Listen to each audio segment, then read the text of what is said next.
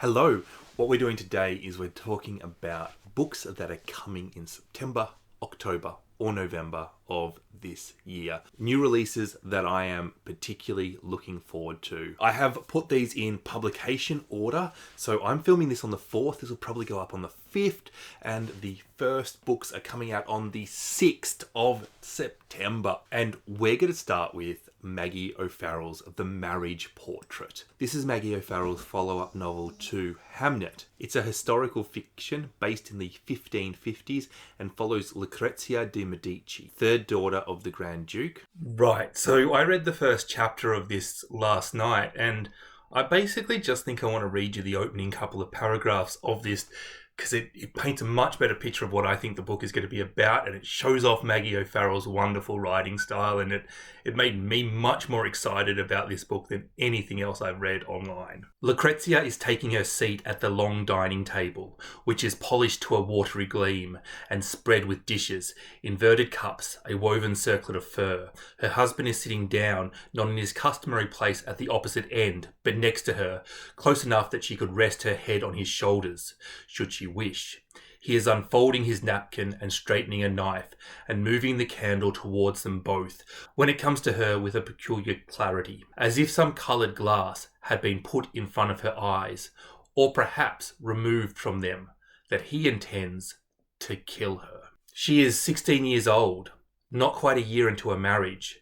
They have travelled for most of the day, using what little daylight the season offered, leaving Ferrara at dawn and riding out to what he has told her was a hunting lodge far in the northwest of the province. But it is no hunting lodge, is what Lucrezia wanted to say when they reached their destination.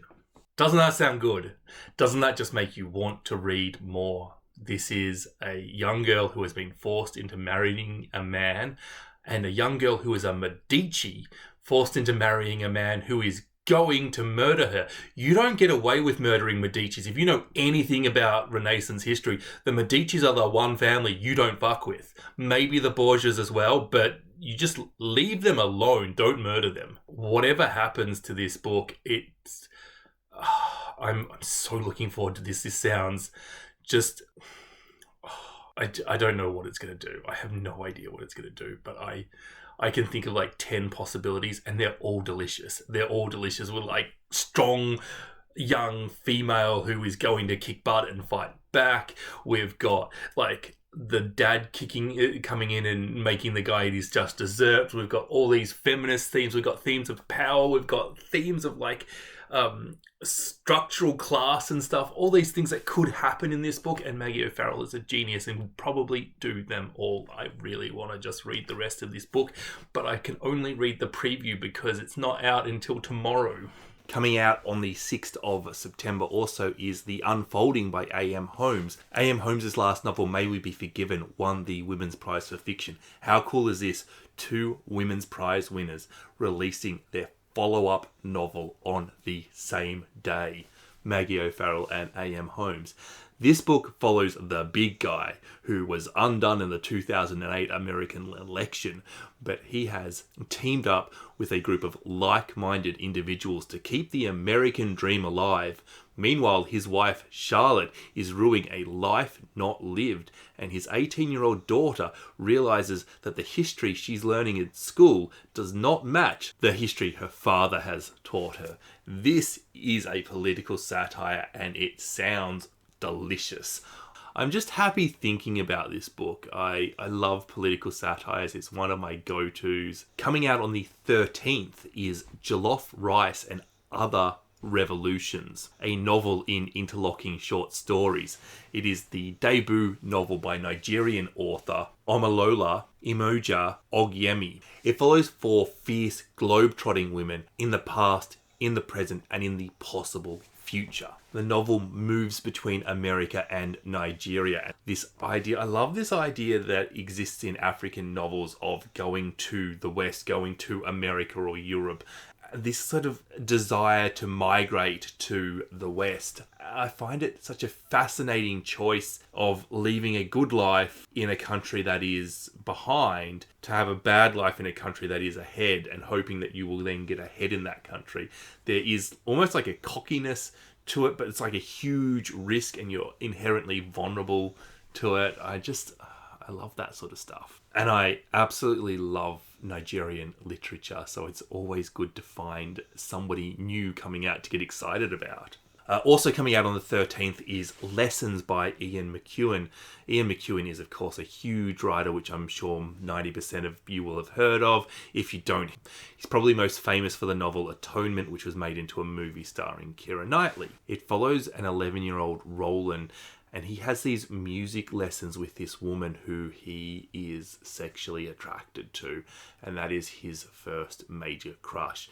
And these lessons don't feel very appropriate. Roland's wife leaves him and he's forced to reflect on his life and seek solace in any way he can. And it asks the question, how do global events shape our personal memory? Coming out on the 20th is the Book of Guth by Yiyun Lee. It's touted as a gripping novel about female friendship, art, and memory. One woman receives the news that her best friend as a child is dead. She now feels free to tell her story. I gotta be honest, this is one that I want to read based on very little. The Book of Goose is a cool name for a novel, and I really like the cover. It's a weird justification for wanting to read this book, but I will definitely read this book based on that little. Coming out on the 27th is Best of Friends by Kamila Shamsie. Set in Karachi, India, Zahir and Mariam are best of friends and have been since childhood, but they are unlike in almost every way. But 3 decades later, these two women end up as powerful women in London, and there is like some event in their past which comes up, which causes some sort of trauma. Coming out on the 4th of October is Celest Ng's new novel, Our Missing Hearts. One of the features of Celest Ng's novels is having children and having adults, and sort of it's a very sort of YA thing to have children and adults and have these separate stories for them that then interlink. I just really sort of enjoy that division, structures it in such a way that it's just easy to digest. But this is a novel about censorship by the sounds of things. Bird's mother is somebody that he's not proud of because of the poetry she writes. She is no longer on the scene though, and that the American government has tried to silence her in some way. But this sounds very dystopian, which is a big change in directions from Celest Ng's other works, although still centering children. I love how Celest Ng is writing for such a broad audience. It's just really hitting this great middle ground where everybody can enjoy it, where there's enough in it, giving kids the credit for the wonderfully intelligent people that they are, that they can understand things. I love that area that she's just playing to. She's very talented at that. A lot of these books so far have been about the relationship between two friends, and I love that. But you know what I like more? Mother-daughter relationships. The hero of this book by Elizabeth McCracken comes out on the 4th of October, and it is about a mother-daughter relationship. This novel feels like really Rebecca-esque in that our narrator is unknown, but the shadow of her mother, or Rebecca, is completely hanging over everything that's going on. Her mother is dead, just like Rebecca, but it feels like a completely different book at the same time. Coming of age, dealing with your parents no longer being there. Australian author Diana Reid has a new book coming out on the 5th of October, and it's called Seeing Other People. Now, Diana Reid wrote Love and Virtue, which is a massive novel in Australia. She's built a reputation as the Australian Sally Rooney, and this is her follow-up novel to what is a book that probably has not been out for very long in North America and Europe. This follows two sisters, Eleanor and Charlie, and is a leaving lockdown novel. It is after 2 years in lockdown, things are finally changing. Your life is moving on. Eleanor has just broken up with her boyfriend. Charlie is looking to get back into acting as her career has stalled while she was locked in her house. And it's exploring the question, what is the difference between self-love and being selfish as these women look for what they want out of life? If it's anything like Love and Virtue, it's going to be inherently feminist as it centers women and the shit that society does to them.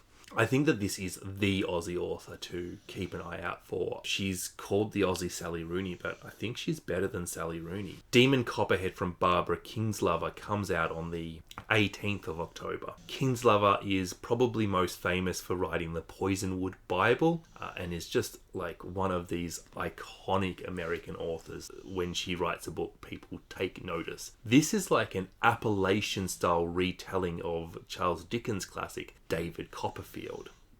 That's all I know about it. Also coming out on the 18th is Poster Girl by Veronica Roth. This is a Seattle-based dystopian.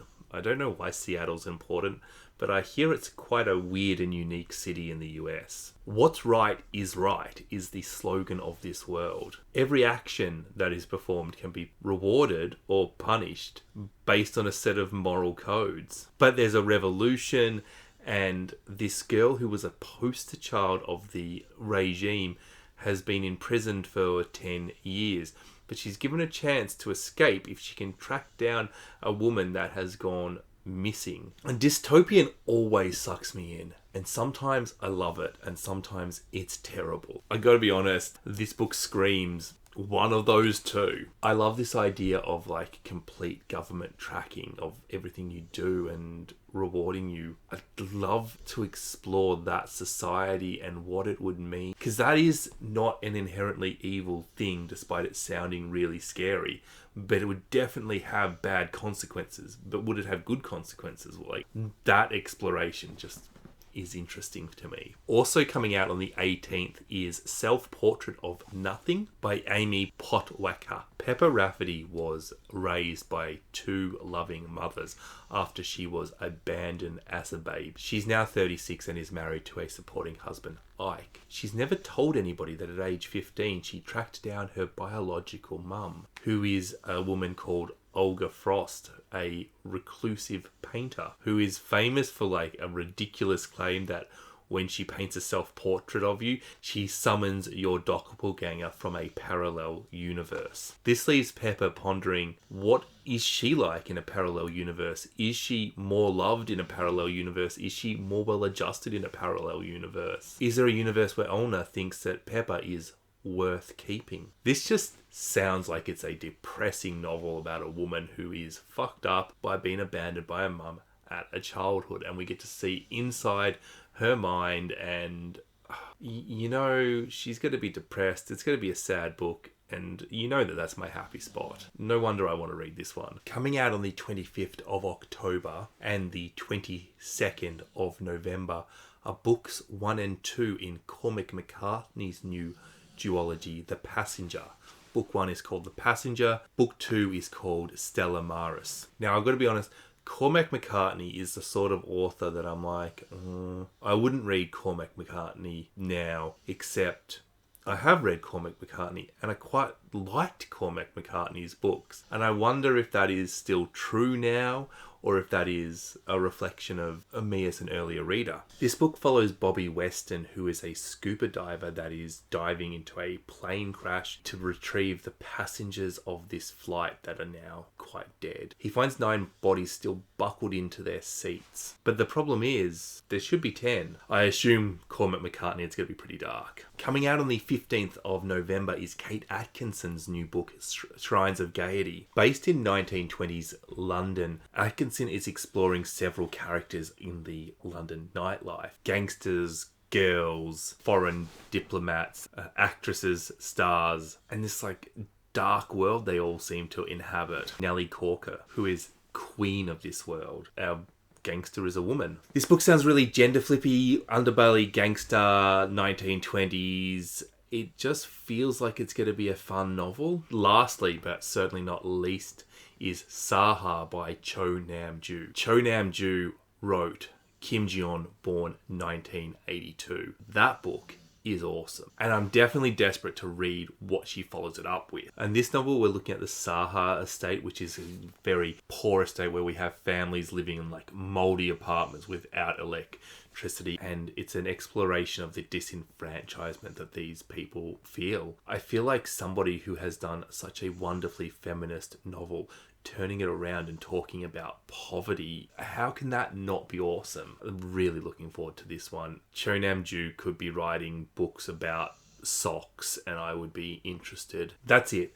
These are all the books that I have seen coming out in September, October, November that I am excited for. This is a new type of video for me, so let me know if this is something that you enjoyed and you would like to see more of.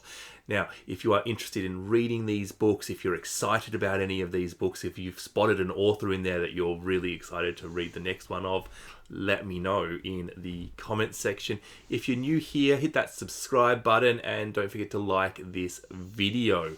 Have a great one. Bye bye.